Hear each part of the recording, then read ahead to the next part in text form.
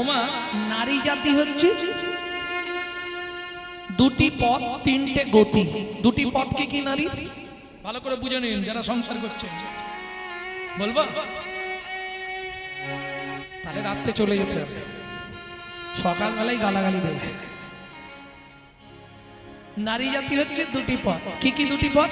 সামঞ্জস্য, অসামঞ্জস্য। সামঞ্জস্য নারী কারা? স্বামীর আয় 10,000, ও 10,000এই সংসার মেনটেন্স করবে।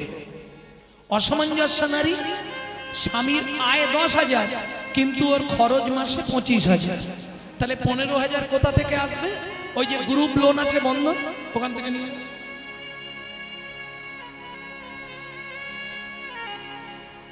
তোমাদের দিকে নেই? আরে কি আছে, চাইতে এলে মাঠে গিয়ে বসতে।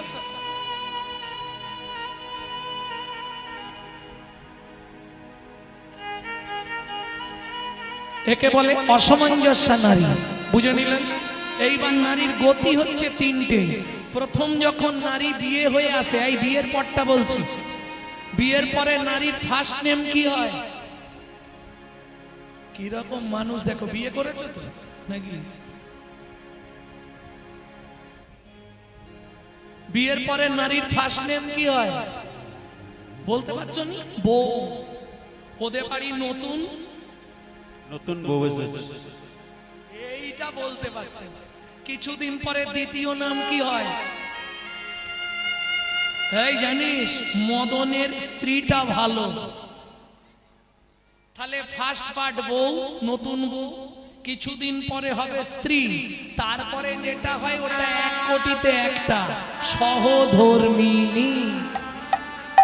ও খুঁজে পাবেন। তাহলে বউ কাকে বলে? এই দুটো অন্তত বলে দিই। বউ কাকে বলবো? অ্যাটেম বোম দেখেছেন? অ্যাটেম বোম,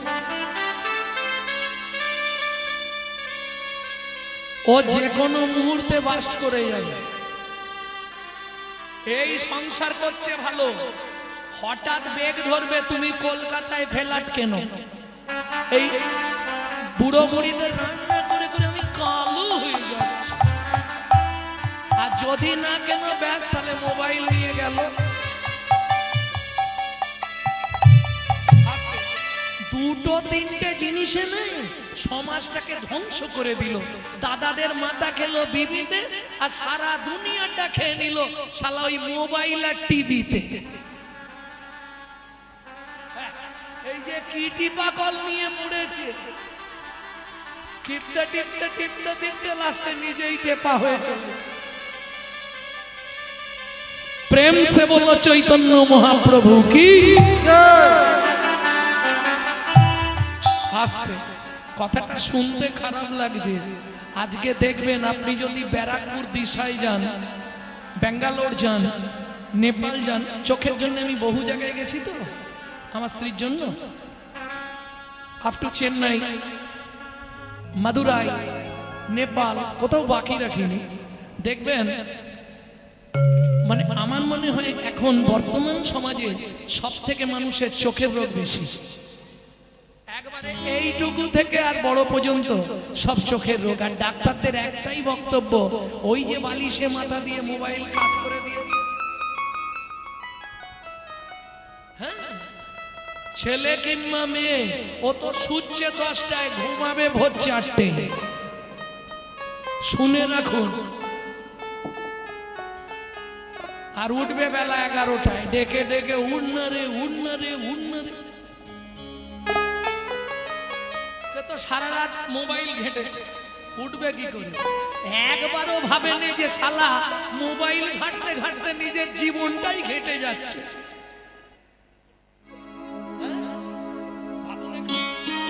কি অবস্থা সমাজটা!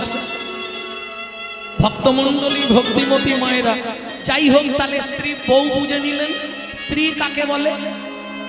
এই যে শোনো, তুমি কি করবে আমার দেখার দরকার নেই, আমার কথাটা মন দিয়ে শোনো।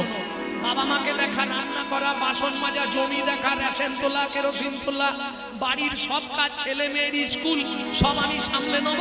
তুমি প্রত্যেকদিন সন্ধ্যেবেলা এসে কিন্তু আমার হাতে টাকাটা দিয়ে দিবে বলে দিচ্ছি।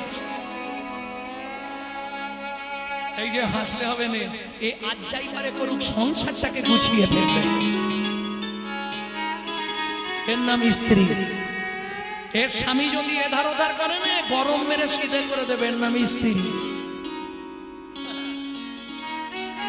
আর যেটা হয় সহধর্মিনী, খুঁজলে কোটিতে এক কোটি।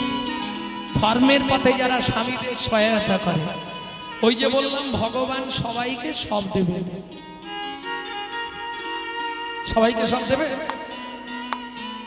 না, না কোনোদিন দেবে না। যেমন দেখবেন কাক, দেখেছেন কাক? কাককে দেখতে কত সুন্দর না? কিছু বলছো নি কেন? কাককে দেখতে সুন্দর না? ঠিক বলেছ। কি রাম হরি নাম শুনতেছে, ভাবো কাককে সুন্দর দেখতে না বলে? হ্যাঁ। কাক গিয়ে কোকিলের কাছে বসে বলছে, কোকিল রে দেখ, ভগবান তোকে কত সুন্দর কণ্ঠ দিয়েছে, আমাকে কণ্ঠ দেয়নি আর রূপও দেয়, আমার দুটোই কেড়ে নিয়েছে। কোকিল বলে, তা বললে হবে ভাই, আমার কণ্ঠ দিয়েছে কিন্তু রূপ নাই। যদি রূপ দেখতে হয় জলের ধারে চলে যা, বগের সঙ্গে দেখা কর। কাক উড়ে গেল বগের কাছে, গিয়ে বলে, বগ ভাই তোকে ভগবান কত সুন্দর রূপ দিয়েছে, তোর মনে আনন্দের আর সীমা নয়। বগ বলে, ওরে কাক কহি তোর কাছে। বগ বলে, ওরে কাক কহি তোর কাছে। শোন, কণ্ঠে কিছুই নাই, মোর রূপটা শুধু আছে। কণ্ঠে কিছুই নাই, রূপটাই শুধু আছে। রূপ ধুয়ে কি জল খাবো, রূপ ধুয়ে কি জল খাবো ভাই। যদি তাও বলছি শোন, যদি রূপ দেখতে হয় বৃন্দাবনে চলে যাও, ময়ূরকে গিয়ে দেখে আয়। এইবার কাক গেছে বৃন্দাবনে। ও ময়ূর ভাই, তোমাকে কত সুন্দর দেখতে। বলে, দেখতে হলে কি হবে, কণ্ঠ নাই। রূপ দিয়েছে ভগবান, কণ্ঠ দেয়নি। বলে, যাই হোক একটা তো দিয়েছে, আমাকে দুটোর একটাও দেয়নি। বলে, কাক তুই বেঁচে গেছিস কেন? বলে, আমাকে যেমন রূপ দিয়েছে, শুধু রূপের জালে জড়িয়ে মরলাম। রূপের জালে জড়িয়ে মরলাম। বাইরে বেরোতে পারি না, বেরোলেই কেউ না কেউ তৈরি আছে আমাকে ধরে নিয়ে পালিয়ে যাবে। বুঝলেন না? রূপও খারাপ, বেশি রূপ থাকলে সন্ধ্যের পর বেরোনো জ্বালা আছে। আমার কথাটা বুঝতে পারছেন না?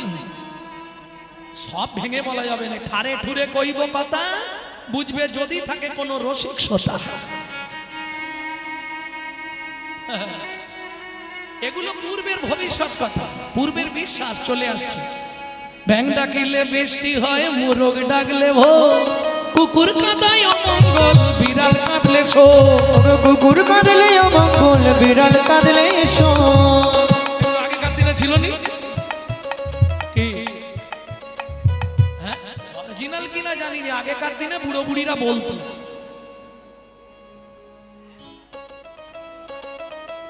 না বলাই ভালো এগুলো। কি গো,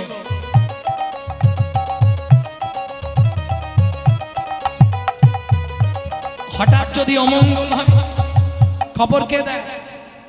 কাকে জানায় শোক। কাকে সে খবর দিয়ে দেয় না? অমঙ্গল ঘটলে সবার আগে কাক খবর দিল।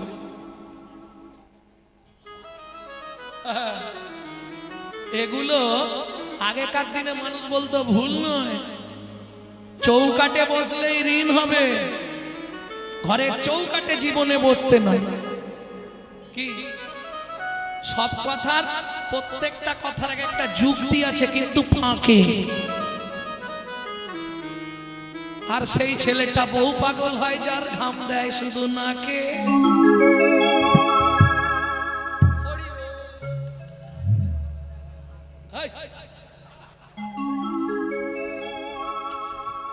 এইটা লিখে রেখে দাও, যে ছেলের নাকে ঘাম দেয় সে বউ পাগল। না না, গরমে ঘাম দিচ্ছে তো সর্বাঙ্গে ঘাম দিচ্ছে।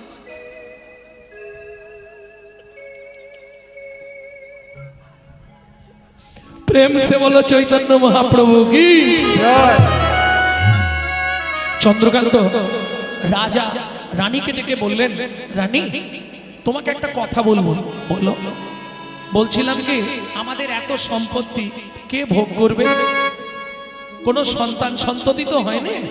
তা আমি ঠিক করেছি আগামী মাঘী পূর্ণিমা তিথিতে নর্মদা নদীর তীরে আমি করব দানব্রত যজ্ঞ।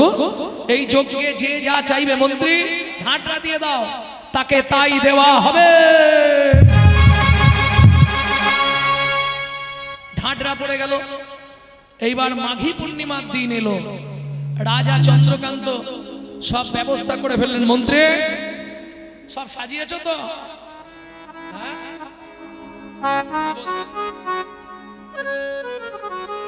যে যা চাইবে তাকে তাই দেওয়া হবে। একে একে সবাই এসে দাঁড়িয়েছে। বলো রামলাল তুমি কি নেবে?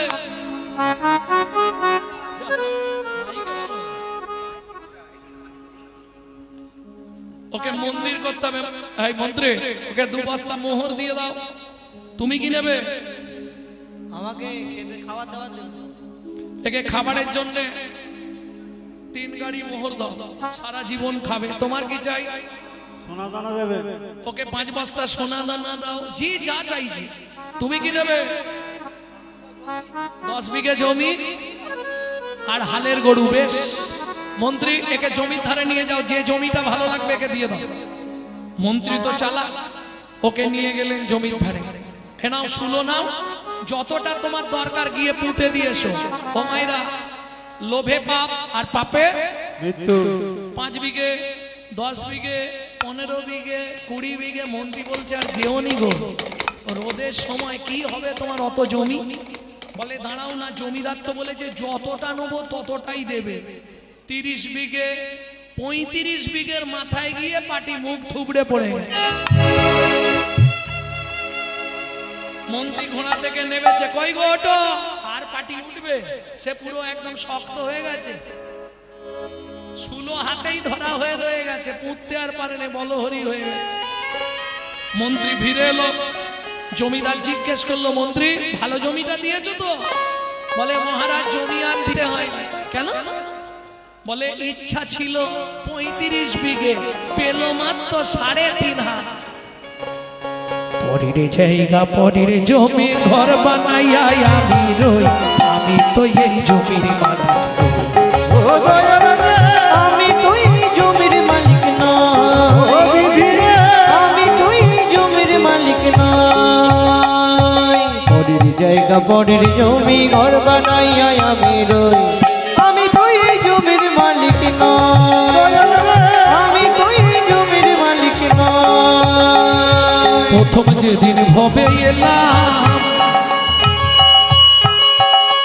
তুমি দিলে নতুন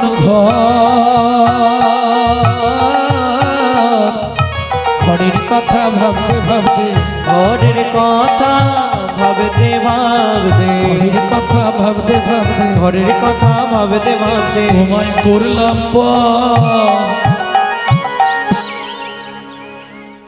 ও মায়েরা, কেউ বলতে পারবেন আপনার ঘরের দরজাটা কোন তারিখে খুলেছিল? চেষ্টা করুন, পারবেন না? তোমার ঘরের দরজা কোন তারিখে খুলেছিল? ঘরের দরজা পারবে না? পারবে? চেষ্টা করো, বলো।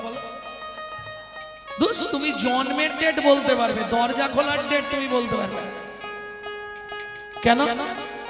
তোমার মা জানে না, আর তুমি তো ছেলে মানুষ, কি করে জানবে?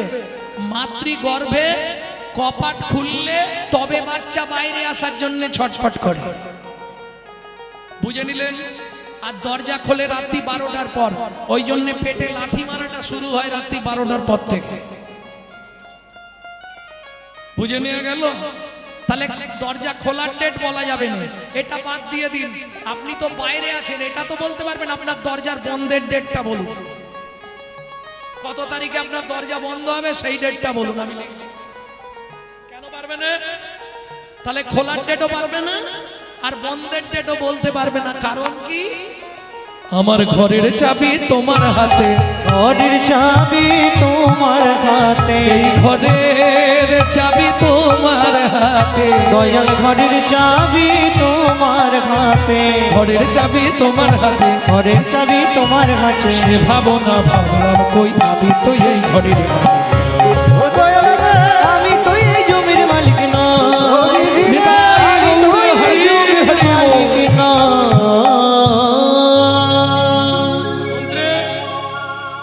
সবাই দান পেয়েছে তো? তোমার কি আওয়াজ নেই? সবাই দান পেয়েছে? তাহলে আমি এবার দানব্রত যজ্ঞ শেষ করি, শেষ করে দিন মহারাজ। রাজা চন্দ্রকান্ত হাতে তুলসী পাতাটা নিয়ে, গঙ্গার জলটা নিয়ে ওই নর্মদা নদীর তীরে দাঁড়িয়েছে। হে পতিত পাবনী নর্মদা নদী, তুমি সাক্ষী রইলে। দাঁড়ান মহারাজ। কি হলো মন্ত্রী? আপনি একবার জেনে নিন কেউ বাকি আছে কিনা। ও জিজ্ঞেস করে নেবো? না, সবাই মোটামুটি পেয়ে গেছে, মুখ দেখে বোঝা যাচ্ছে। যারা ঘুমাচ্ছিল তারা হয়তো পায়নি, বাকি সব পেয়ে গেছে। শোনো, আজকে সকাল থেকে যে দানব্রত যজ্ঞ চলছে, আমি রাজা চন্দ্রকান্ত শেষবারের মতো জানতে চাইছি, আর কি কেউ দান নিতে বাকি আছো? আমি আছি গো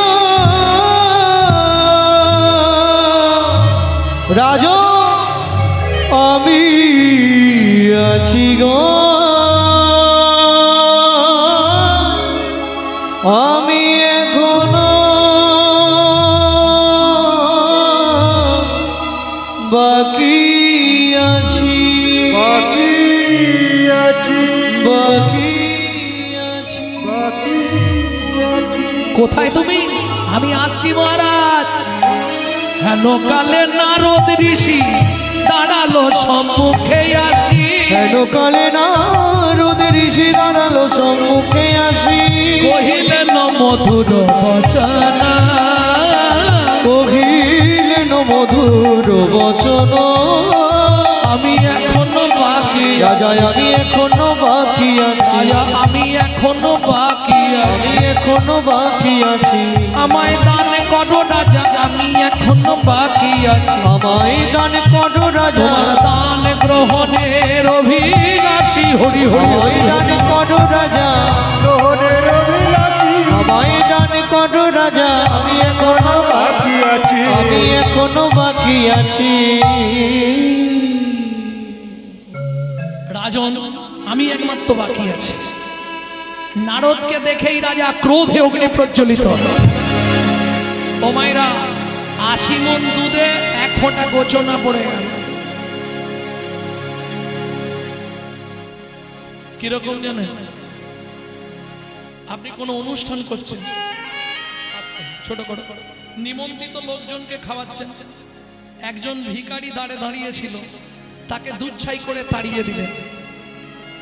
মানে সারাদিন খাইয়ে যে পুণ্যটা করবেন, তার থেকে বেশি ওই মহাপাপটা করলেন। কিছু বুঝলেন?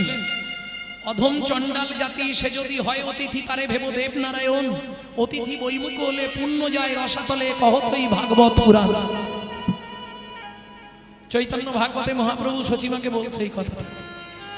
ভক্তমণ্ডলী, ভক্তিমতী মায়েরা, সারাদিন ধরে রাজা যে পুণ্য করেছিল, একটা কারণে মহাপাপ হয়ে গেল। কি কারণটা? কি শাস্ত্র বলছে, বৈষ্ণবেতে হয় যদি ক্ষুদ্র অপরাধ, ক্ষুদ্র ক্ষুদ্র অপরাধ, মহা মহা ভজনে পরিজয়বা, পরিজয়বা।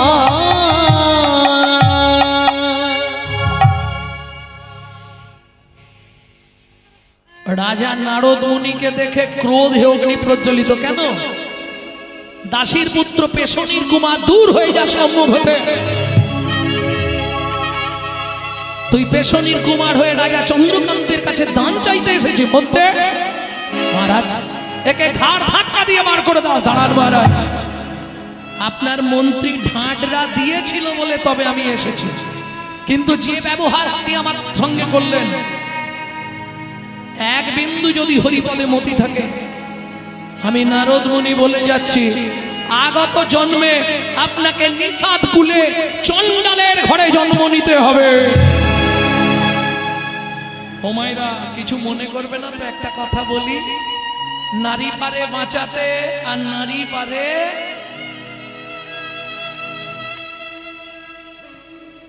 বুঝে না। সোহাগে ভগিনী রমণে রমণী, সোহাগে ভগিনী রমণে রমণী, ধ্যানে জ্ঞানে এরা মাতৃজননী, ধ্যানে জ্ঞানে এরা মাতৃজননী। এরা যদি কৃপা করে বাঁচালেও বাঁচাতে পারে, মারলেও মারতে পারে, স্বর্গও দেখাতে পারে, নরকেও ডুবাতে পারে। যাক তোমাদের এখানটা ভালো, এক মা উঠে চলে গেল। সাধারণত মেয়ে ছেলে কেউ একা যায় না, একজন গেলে মিনিমাম 5-6টা নিয়ে যায়। হ্যাঁ গো, এ দেখে ভালো লাগলো, একাই চলে গেল। কিন্তু এটা নিয়ম নয়, মেয়ে ছেলে একা যাবে না, ও 10 মাসটা অন্তত নিয়ে যাবে। হ্যাঁ, ও কীর্তন শুনতে শুনতে ঠিক অন্তর টিপুনি দিয়ে দেবে, জবার মা ছোট, অমুকের মা ছোট, ঠিক ঠিক অন্তর টিপুনি দিয়ে তুলে দেবে। ভক্তমণ্ডলী, ভক্তিমতী মায়েরা, তাহলে নারী পারে বাঁচাতে আর নারী পারে মাসতে। রাজা চন্দ্রকান্তের স্ত্রী হেমকান্তা দেবী দূরে দাঁড়িয়েছিল, ছুটতে ছুটতে এসে নারদ মুনির চরণে আছাড় খেয়ে পড়ল। ও গো মুনিমা,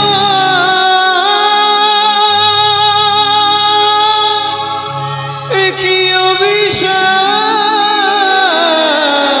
তুমি দিলে, ক্ষমা করো। না জেনে না বুঝে আমার স্বামী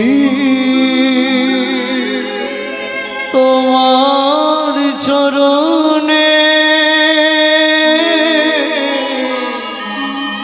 কঠিন অপরাধ করেছে। তুমি তো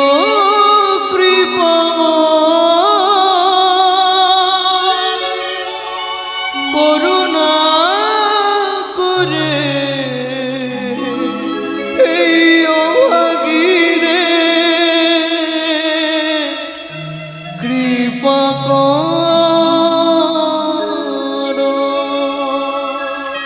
ওঠো মা, চরণ ছেড়ে ওঠো।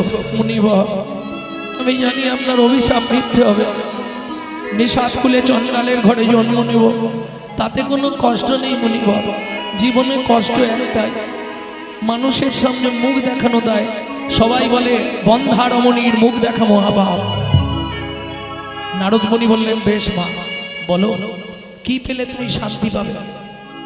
মুনিবর, যে কুলে জন্মাবো, হাড়ি মুচি ডুম কেওড়া, যে কুলে যাব তাতে কোনো কষ্ট নেই, শুধু একটি সন্তান পাই যেন মুনি, সে তো হরি ভক্ত। একটি সন্তান পাই যেন মুনি, সে তো হরি ভক্ত। তুমি এই কৃপা করো মুনি, ত্রিভুবন করুক জয়। একটি সন্তান পাই যেন মুনি, সে তো হরি ভক্ত। একটি সন্তান পাই যেন মুনি, হরি ভক্ত। তথাস্তু বা। ঈশ্বর তোমার মনোবাসনা পূর্ণ করবে। এত বলি নারদ মুনি করিল গমন, করিল গমন, রাজা রানী হইল দোহার, একতে মরণ। একত্রে মরণ। বুঝে নিল কোন ব্রত করলে স্বামী স্ত্রী একসঙ্গে মারা যাবে? জানো? ও না বলাই ভালো, আর হবে না। হ্যাঁ? কোন ব্রত করলে স্বামী স্ত্রী একসঙ্গে মরতে পারবে? শুধু একবার নয়, মরবে আবার জন্মাবে। 7 জন্ম ওই তোমার স্বামী হবে, তুমি ওর স্ত্রী হবে। 7টা জন্ম। কোন ব্রত করতে হয়? 21 বছর স্বামী স্ত্রীকে নির্জলা একাদশী উপবাস করতে হবে।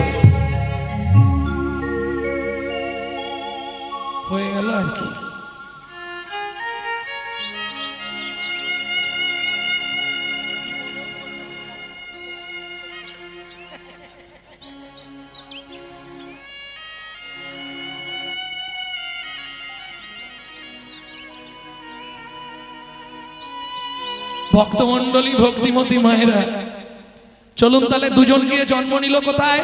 সিংহমপুর নিষাদকুল। নিষাদকুল মানে চণ্ডালের ঘর। নাম হলো সবর, সবরী। একটা ছেলে হলো, নাম রাখলেন গুহক। 14 বছরের জন্য রামচন্দ্র বনে গিয়েছিল, এটা সবাই জানে, নতুন করে বলার কিছু নেই। সেই সময় গুহকের সঙ্গে রামের বন্ধুত্ব হলো। কিভাবে বন্ধুত্ব? গভীর জঙ্গলে রামচন্দ্র বনভ্রমণ করছে। দুপুর বেলা গুহক ফিরছে ওই গাছের কাঠ ভেঙে নিয়ে। গাছে বাগান থেকে, জঙ্গল থেকে শুকনো কাঠ কুড়ায়, গাছে উঠে কাঠ ভাঙে, সেগুলোকে বোঝা করে বেঁধে মাথায় করে নিয়ে আসে, বাড়িতে এনে রান্না হয়। হঠাৎ শুনতে পেল জঙ্গলের মধ্যে কে একজন চিৎকার করছে। গুহক কাঠের বোঝাটা নামিয়ে রেখে বাচ্চা ছেলে হাঁটতে হাঁটতে গেছে। ও লোকটা, ওখানে কি করছো? বলে জল খুঁজতে এসেছি, প্রচন্ড পিপাসা লেগেছে। এখানে কোথাও জল আছে বলতে পারো? ছাতি ফেটে যাচ্ছে, কণ্ঠ রোধ হয়ে আসছে, এখানে কোথাও জল নেই।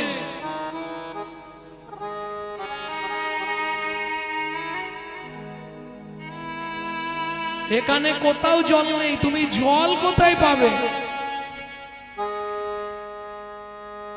খুব প্রয়োজন, নালে মরে যাব। আচ্ছা দাঁড়াও দেখছি। ছোট্ট ছেলের বুদ্ধি। কচু পাতা চেনেন তো? ওই কচু পাতা একটা ছিঁড়েছে আর চোখের তলায় ধরেছে, আর মধ্যম আঙুল দিয়ে চোখের মধ্যে আঙুল ঢুকিয়ে ঘষা দিচ্ছে। রামচরণ সুখ ভজনা ভজমনা ভজমনা ভজমনা ভজমনা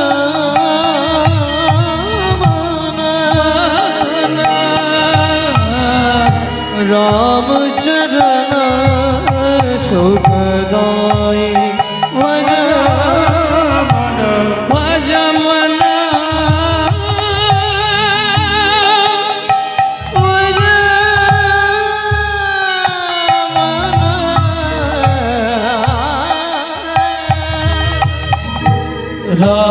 রামচরণ সুখ ভজমন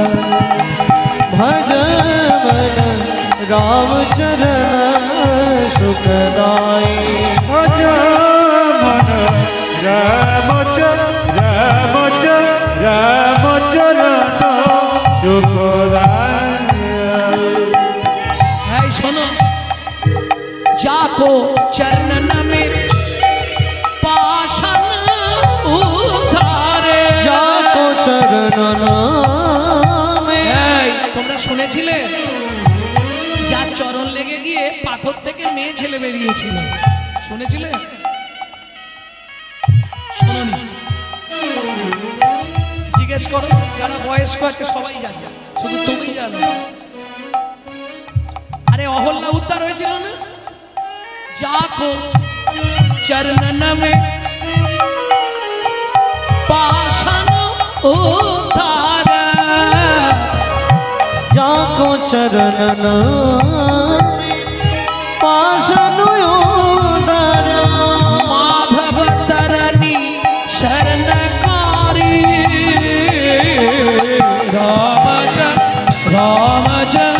रामचरण सुखदाय। ভজমন রামচরণ সুখদায় ভজমন রামচরণ সুখদায়।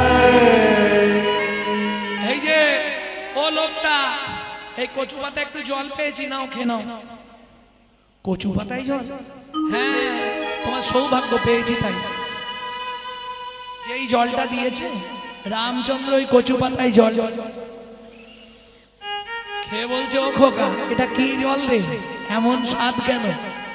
আহ, মোটে মা রাঁধেনে গরম আবার পান্তা, পেয়েছো তাই ভাগ্য ভালো। কোথাও জল নেই, আমি নিজের চোখ থেকে জল বার করে তোমাকে দিয়েছি। যখনই বলেছে চোখ থেকে জল বার করে দিয়েছি, রামচন্দ্র ছুটে গিয়ে গুহককে বুকের মধ্যে জড়িয়ে ধরলো। আর যেই না বুকের মধ্যে জড়িয়ে ধরলো, গুহক চিৎকার করে উঠলো, ঠাকুর! সর্বনাশ হয়ে গেল। কি রে, কি সর্বনাশ হলো? কি সর্বনাশ হলো রে? তুমি জানো না ঠাকুর, আমি চন্ডালের ছেলে, আমি মেলে জাতি, আমার নাম গুহক চন্ডাল। তুমি আমাকে ধরলে, তোমার তো জাত নষ্ট হয়ে গেল। এ কাজ তুমি ভালো করলে না ঠাকুর, তুমি অপবিত্র হয়ে গেলে। আমার মতো অস্পৃশ্য চন্ডালকে স্পর্শ করে। গুহক, কে তোকে বলেছে? চন্ডাল হোক, হাড়ি হোক, মুচি হোক, তোর একটাই যা, তুই হলি মানুষ। পাড়ার লোকেরা বলে আমাদের ছুলে নাকি স্নান করতে হয়। আমরা যে জিনিসটা দেখব সেই জিনিসটা কোনো কাজে লাগে না, সেটা নষ্ট হয়ে যায়। শোন গুহা, শাস্ত্র কি বলে জানিস? কি বলে ঠাকুর? চন্ডাল হোপি মুনি শ্রেষ্ঠ, হরি ভক্তি পড়ায় অনা। ঠাকুর, এর মানে কি? শোন গুহক, চন্ডাল চন্ডাল নয় যদি কৃষ্ণ বলে, যদি কৃষ্ণ বলে। ব্রাহ্মণ চন্ডাল হয় যদি অসৎ পথে চলে, যদি অসৎ পথে চলে। চন্ডাল চন্ডাল নয় যদি কৃষ্ণ বলে, ব্রাহ্মণ চন্ডাল হয় যদি অসৎ পথে চলে। শোন, তুই আমাকে চোখের জল খাইছিস, আজ থেকে তুই আমার বন্ধু। তুমি অত বড় লোক, আমি এইটুকুনি ছেলে, দুজনে বন্ধুত্ব হয়? ওসব কোনো কথা নেই, আজ থেকে তুই আমার। ঠিক আছে, এখন আমি আসছি। অনেক বেলা হয়ে গেল, জ্বালানি নিয়ে গেলে রান্না হবে, মা গেলেই মারবে। যেই ফিরেছে লাঠি হাতে, সবরই মা দাঁড়িয়ে আছে। গুহক, এত দেরি কেন? উমা, কি? একজন বিপদে পড়েছিল, তাকে জল খাওয়াচ্ছিলাম।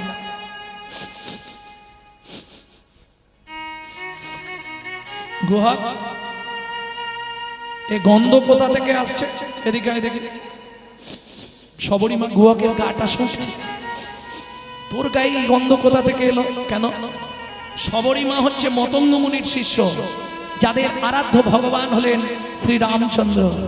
সে জানে এই নিগোনাভি কস্তুরীর গন্ধ একমাত্র ভগবানের অঙ্গ ছাড়া জগতে কারো অঙ্গে থাকে না। ও গুহা, ওমা, যে লোকটাকে জল খাইছিলাম সেই লোকটা আমাকে জড়িয়ে ধরেছিল, তার গায়ে ওই রকম গন্ধ ছিল। গুহা, বাবা সত্যি কথা বল না, তার নাম কি? নামটাই তো ভুলে গেছি। কি একটা চন্দ্র বলেছিল, আমচন্দ্র। ওমা, রামচন্দ্র। সবরী মায়ের মাথা গেল ঘুরে। গুহা, সত্যি তোর বন্ধু? হ্যাঁ, আজকে বন্ধুত্ব করে নিয়েছে আমার সঙ্গে, চোখের জল খাইছি।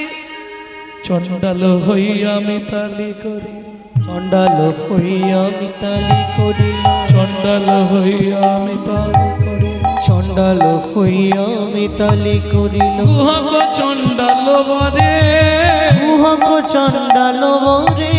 বলো নাকি কুল বিদুরের ছিল, খাইল যাহার ঘরে। ওগো, বলো নাকি কুল বিদুরের ছিল, খাইল যাহার ঘরে। বলো না কেমন সাধনা করিল, বলো না কেমন সাধনা করিল। বলো না, বলো না, বলো না কেমন। ওগো, বলো না কেমন সাধনা করিল। গোকুলে গোপের নারী, বলো না কেমন সাধনা করিল, গোকুলে গোপের নারী। কহে প্রেমানন্দে মনের আনন্দে, সে কৃষ্ণ যে ভজে তারে তারি। জাতি কুলের বিচার নাই রে, জাতি কুলের বিচার নাই, জাতি কুলের বিচার নাই রে।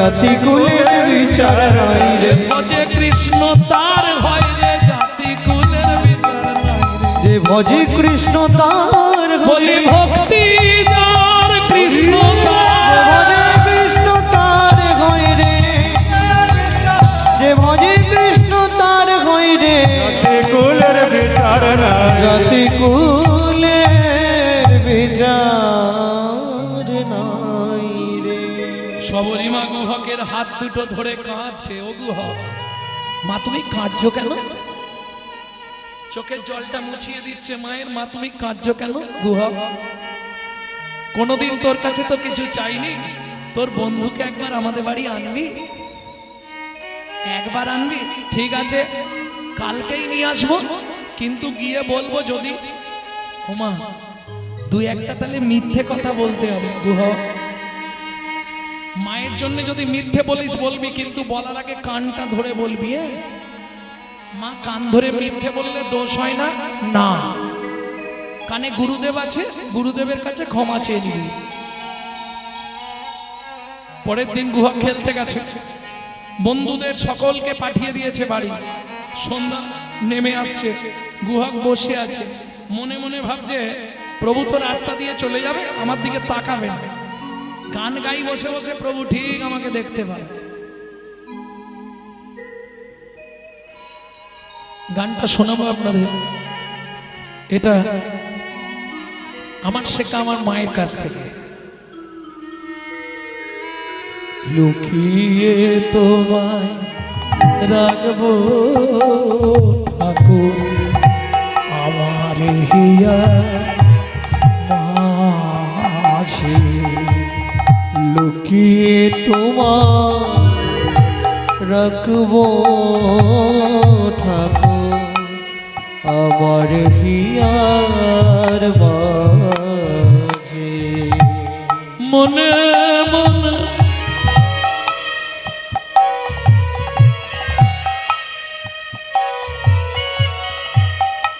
মনে মনে তোমার পূজা আমি মনে মনে তোমার পূজা মনে মনে তোমার পূজা আমি মনে মনে তোমার পূজা এ গান বাইরে পাবেন না যদি কেউ গান গায় জানবেন চুরি করে গাইছে কিংবা আমার কোনো ছাত্রছাত্রীরা গাইতে পারে কারণ এটা আমার এই গানটি লেখা হচ্ছে আমার দাদুর দাদু শশীভূষণ চক্রবর্তী তিনি কীর্তন করতেন তারপরে গাইতেন দাদুর বাবা মাধব চক্রবর্তী তারপরে গাইতেন দাদু যতীন্দ্রনাথ চক্রবর্তী তারপরে গাইতেন বাবা কালীপদ চক্রবর্তী এখন গাইছি আমি গৌরাঙ্গ চক্রবর্তী আশীর্বাদ রাখবেন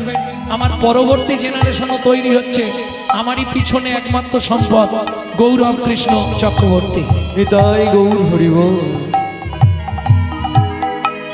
মনে মনে তোমার পূজা আমি মনে মনে তোমার পূজা করব সকাল সাজে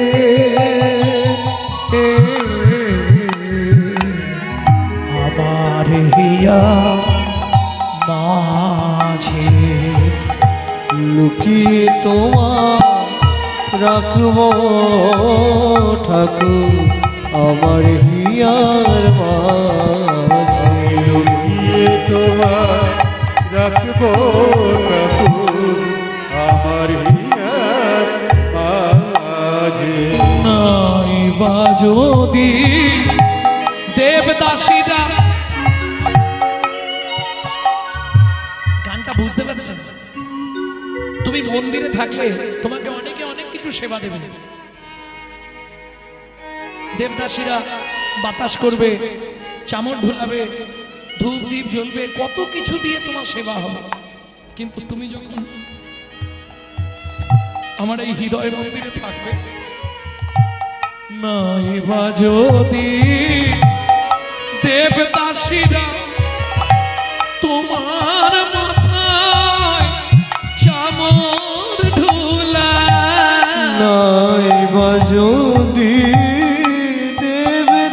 শিরা তোমার মাথায় চামর ডুলা বলো ক্ষতি কি তাই শঙ্খ ঘন্টা নাই বা যদি বাজে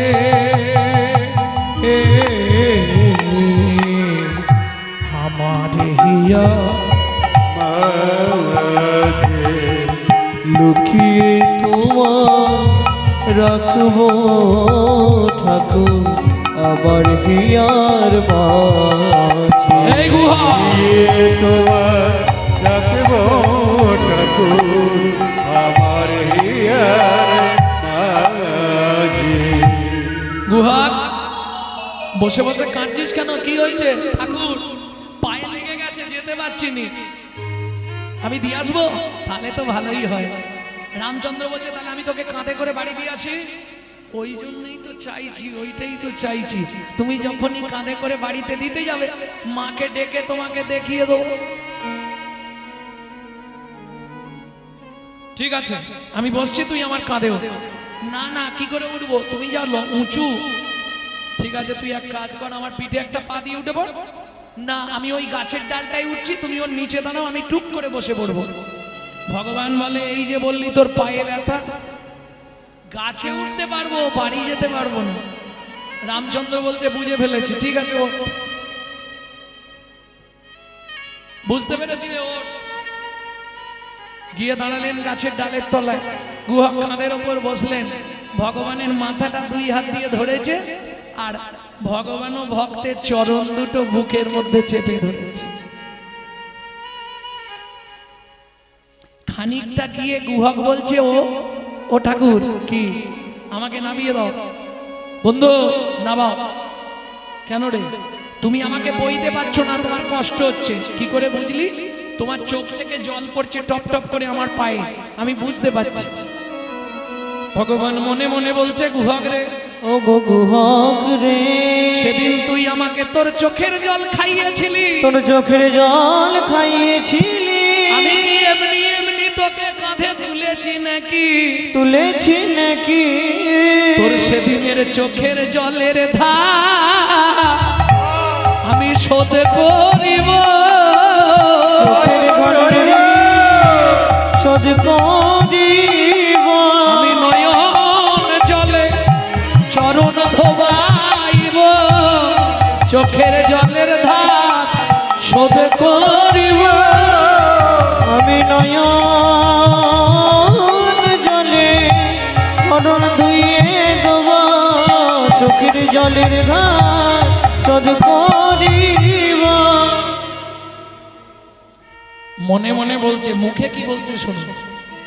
গুহক রে, ও গুহক রে, আমি কাঁদছি কেন জানিস? যেদিন ভিগুমুনি আমার বুকে লাথি মেরেছিল, সেদিন ভিগুমুনির চরণ দুটো চেপে ধরে বলেছিলাম, ভিগুমুনি গো আমাকে একটা আশীর্বাদ করো, শুধু এ জন্মে নয়, যেন প্রতি জন্মে একবার করে ভক্তের চরণ বক্ষে ধরতে পারি। ভিগুমুনি আমায় আশীর্বাদ করেছিল। ও গুহক রে, ভেবেছিলাম তেতা যুগে আর পাওয়া হবে না, কিন্তু তেতা যুগে তোর চরণ দুটো বক্ষে ধরে আমার ইহ জনম উদ্ধার হলো, ইহ জনম উদ্ধার হলো, ভক্ত চরণ বক্ষে ধরে এমন জনম উদ্ধার হলো, ভক্ত চরণ বক্ষে ধরে ইহ জনম। কিরে এখনো কতটা? এসে গেছি মা, ও মা, মা গো, বাড়ি যাবে নাকি? আমিও বাড়ি যাবো।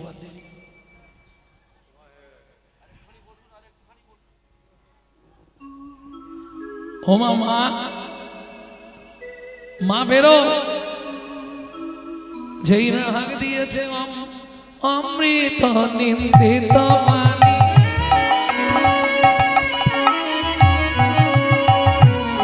অমৃত নিন্দিত বাণী, ভুবন গলধনী, অমৃত নিন্দিত বাণী, ভুবন মঙ্গল ধ্বনি, আর তাহে স্নেহের সহিত সহিত, আজ তাহে স্নেহের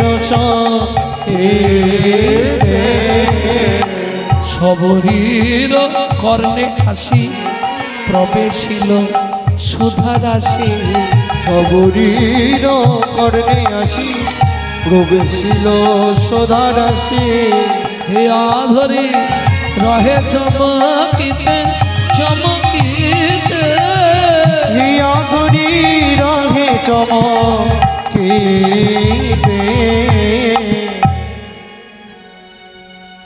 গুহক কোথায় উঠেছিস? গুহক ঝাঁপ দিয়ে পড়েছে। ওমা এই আমার বন্ধু। সবরী মায় এক দৃষ্টে নয়ন দিয়েছে নবদুর্বাল শ্যামলা সুন্দরম রূপী।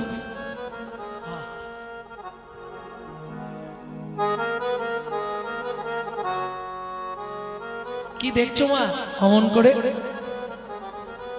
সবরী মা করো দুটো জোর করে বলছে, প্রভু যদি কৃপা করে এলে প্রভু এই দুঃখিনীর দুয়ারে, যদি কৃপা করে এলে প্রভু এই দুঃখিনীর দুয়ারে।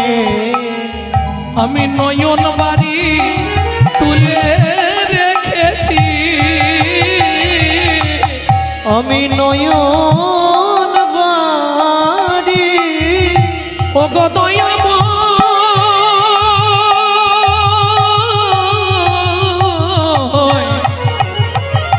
ও গো দয়াময়,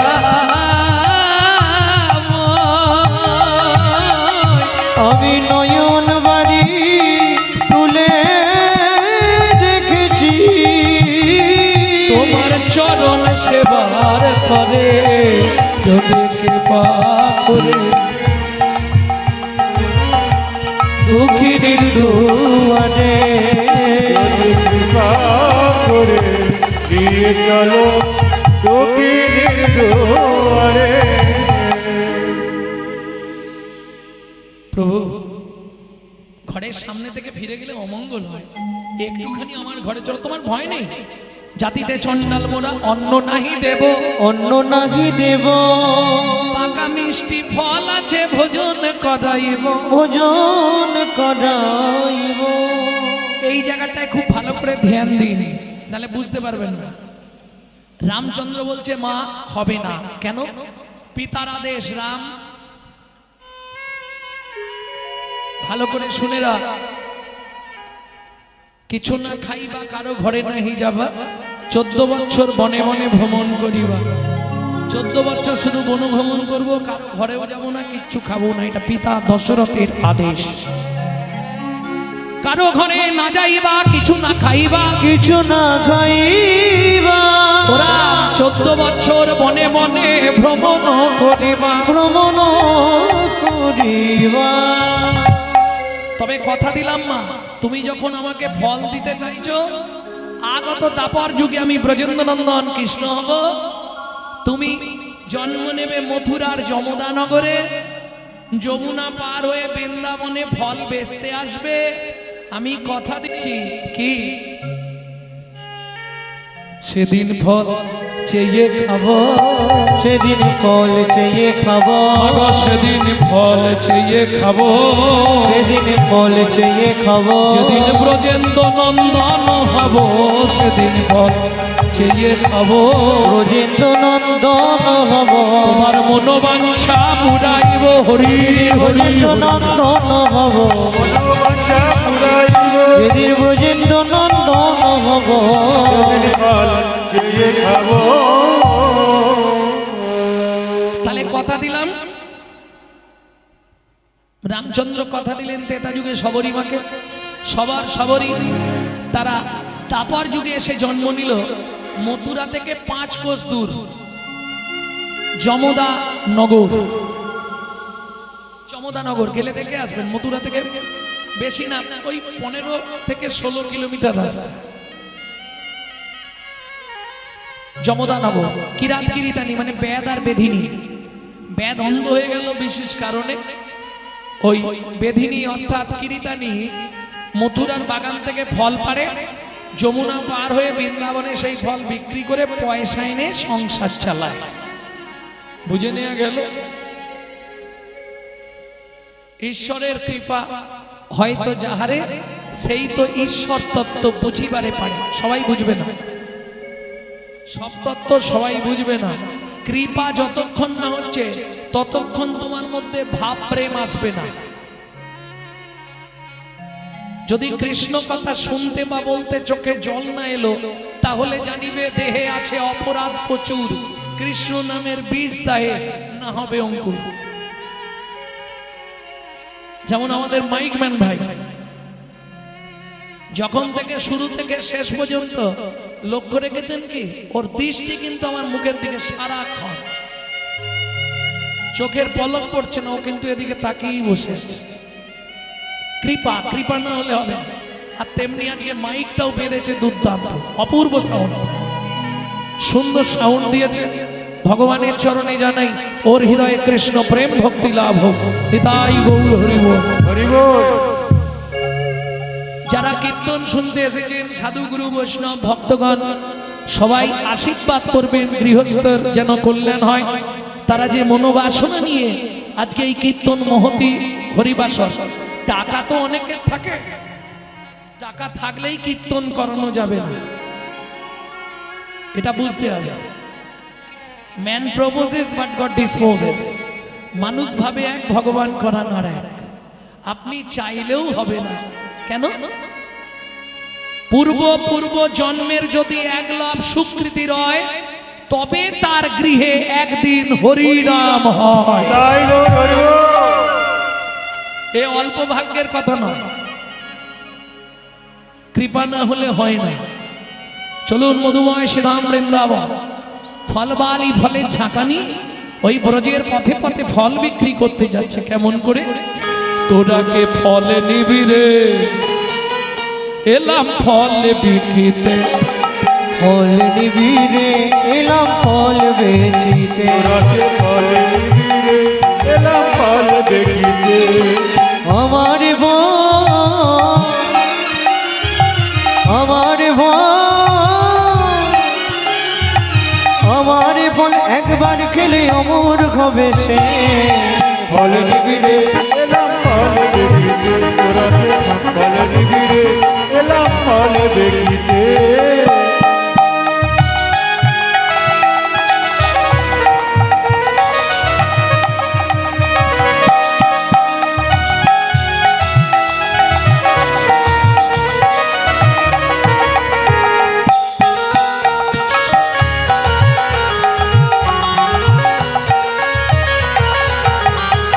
ফল লেহ ডাকে পুনো পুনো সে হো। ফল লেহ ডাকে পুনো পুনো সে হো। ফল লেহ ডাকে পুনো পুনো সে হো। ফল লেহ ডাকে পুনো পুনো সে হো। আমার বোন, আমার বোন,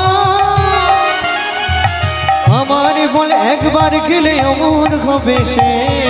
ফল নিবে গো এলাম ফল দেখিতে। তোরাকে ফল নিবি গো এলাম ফল দেখিতে।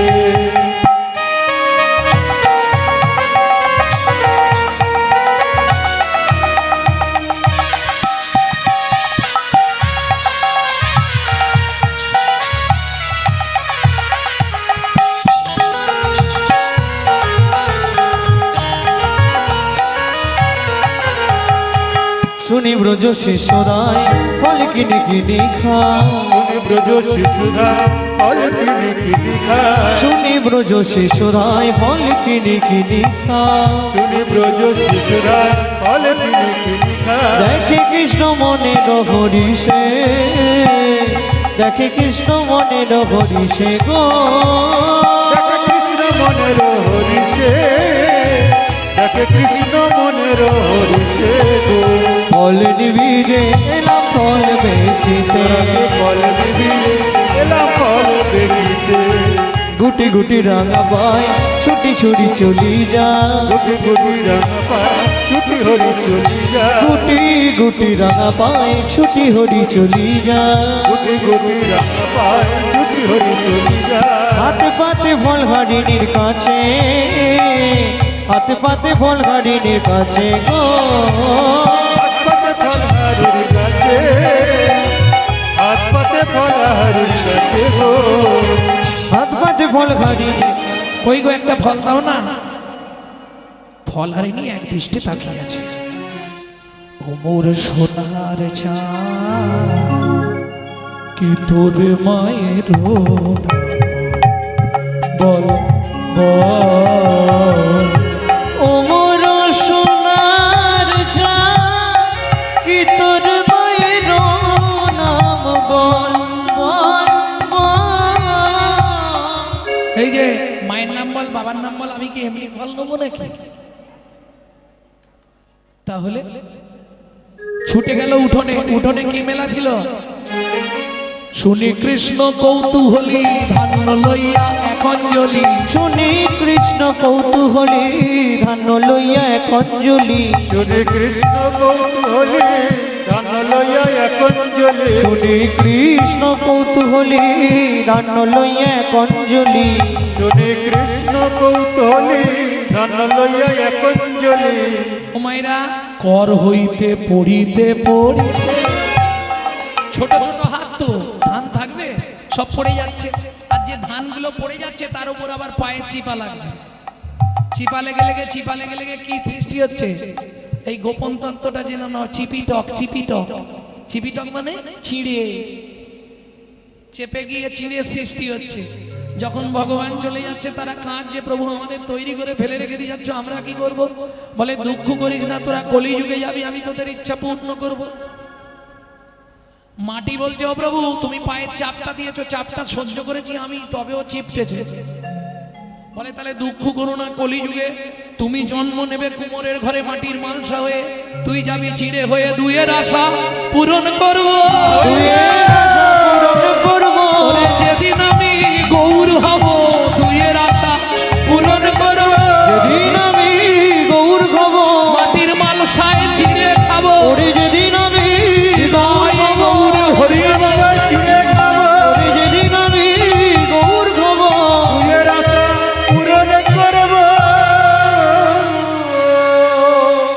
এখনো বসতেছে।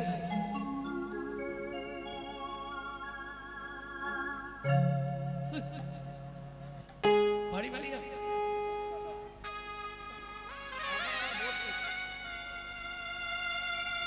ভক্তমণ্ডলী, ভক্তিমতী মায়েরা, পড়তে পড়তে ছোট হাত তো ভগবানের হাতে শেষকালে কটা ধান বেঁচেছিল? কাম, ক্রোধ, লোভ, মোহ, মদ, আশ্চর্য। অবশেষে ছটি ছিল, ফলহারিণীর ঝাঁকায় দিল।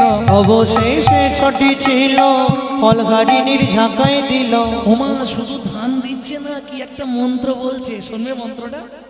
তোমার ছটার ছুটি ঘটবে, ছটার ছুটি ঘটবে, ছটার ছুটি ঘটবে, তোমার ছটার ছুটি ঘটবে। তবেই তুমি আমায় পাবে, যেদিন ছটার ছুটি ঘটবে। তবেই তুমি আমায় পাবে, তোমার কাম কামনা দূরে যাবে। তবেই তুমি আমায় পাবে, কামনা দূরে যাবে, তবেই তুমি আমায় পাবে। ছটার ছুটি ঘটবে, তোমার ছটার ছুটি ঘটবে। এই খোকা, কোন ফলটা নিবি? তুমি যেটা দেবে। এই নে, ভালো ফলটাই নিয়ে যা বাপের ঠাকুর। অত বড় ফলটা আমাকে দিয়ে দিবে? আচ্ছা আচ্ছা। ফল রইয়া ঋষিকেশ চলিল ভাবে রাবে। ফল লইয়া ঋষিকেশ চলিল ভাবে রাবে। ফল লইয়া ঋষিকেশ চলিল ভাবে রয়াবে। ফল লইয়া ঋষিকেশ চলিল ভাবে রাবে। ফল লইয়া ঋষিকেশ চলিল ভাবে রয়াবে। ওদিকে ফলারিনি মনে মনে ভাবলো, চারটে ফল আছে, পাশের পাড়ায় বিক্রি করে দিয়ে বাড়ি যাবো।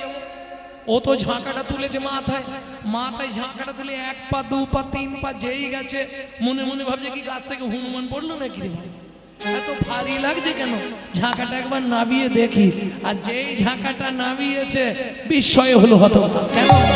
ঝাঁকা হইল, ফলের ঝাঁকা হইল, রদনে পুরিত। ফলের ঝাঁকা হইল, রতনে পুরিত। ফল হারিনি বিস্ময় চিত ফল হারিলে বিস্ময় চিত আপনায় আপনি করয়ে আপনায় আপনি করয়ে যেতে রহল নীরবে দূরেতে রহল নীরবে দূরেতে রহল নীরবে দূরেতে রহল নীরবে খোকা দাঁড়া দাঁড়া রে দাঁড়া দাঁড়া রে খোকা দাঁড়া দাঁড়া রে দাঁড়া দাঁড়া রে আমার দুটো কথা শুনে জবাব দাঁড়া দাঁড়া রে দুটো কথা শুনে যাবা এখনো ফলে কামড় দেয়নি ফল কি ফেরত নেবে ভগবান বলছে ফেরত নেব না কিন্তু আমি তো ফলের বিনিময়ে কিছু চাইনি ভগবান বলে আমি তো কিছু দিইনি তুই কি একটা মন্ত্র বলে দিলি আমার ঝাঁকা সোনা দানা মণি মানিককে ভর্তি হয়ে গেছে ও এতে তুমি অখুশি হয়েছো হ্যাঁ আমি অখুশি হয়েছি আমি নেব না ওগুলো নিতে যে তোমাকে হবে কেন শোনো তাহলে বলি সত্য যুগে নর্মদা নদীর তীরে তোমার স্বামী করেছিল দানব্রত যজ্ঞ সেদিন যা যা দান করেছিল শেষে বৈষ্ণব অপরাধ করেছিল তাই বিশ্বাস করো একে একে সব ফিরাইয়ে দিলাম একে একে সব ফিরাইয়ে দিলাম যা যা দান করেছিল একে একে সব ফিরাইয়ে দিলাম দাদা দান করেছিল একে একে সব ফিরাইয়ে দিলাম এবার তুমি নেবে কি নেবে নি ওটা তোমার ব্যাপার চালাক লোক ফলবালি বড় চালাক কি করলো এই সুযোগ ছাড়া যাবে না ঝাঁকাটা তুলে আর যমুনার জলে ফেলে দিল এ মা তুমি অত দামি সম্পদ যমুনার জলে ফেলে দিলে ফলহারিণী বলে বড় সম্পদ বিশ্বের মূলধন আমার সামনে দাঁড়িয়ে আছে সেই সম্পদ থাকতে আমার ওই সোনা দানায় কি প্রয়োজন আছাড় খেয়ে পড়লেন গোবিন্দের রাঙার আতুল চরণে এই তোমার বিশ্বের সেরা সম্পদ তোমার ওই চরণে আমাকে তুমি আশ্রয় দাও দয়াময় ফলহারিণী ওঠো তবে দেখো আমায় তবে তারে দেখাইলা আপন স্বরূপ তবে তারে দেখাইলা আপন স্বরূপ তবে তারে দেখাইলা আপন চরণ তবে তারে দেখাইলা আপন স্বরূপ